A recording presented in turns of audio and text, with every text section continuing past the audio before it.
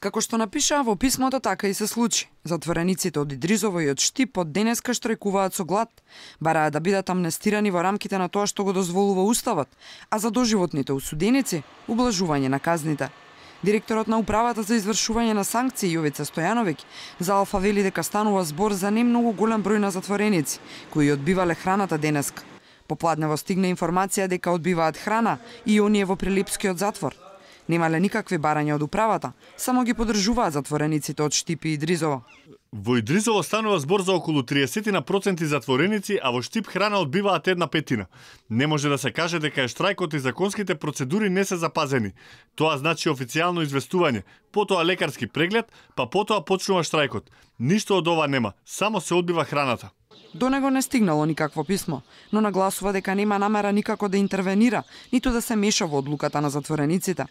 Подоцна денеска стигна информација од МИА дека во Идризово веќе се вршеле лекарски прегледи на затворениците и оти процентот на тие што ја враќаат храната стигнал до 65.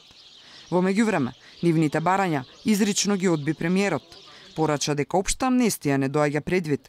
Се разговара за закон за амнестија за настаните од 27 април, но исклучувајќи ги сите оние кои што учествувале во насилството или организацијата или биле осмислувачи на самите вакви громорозни настани.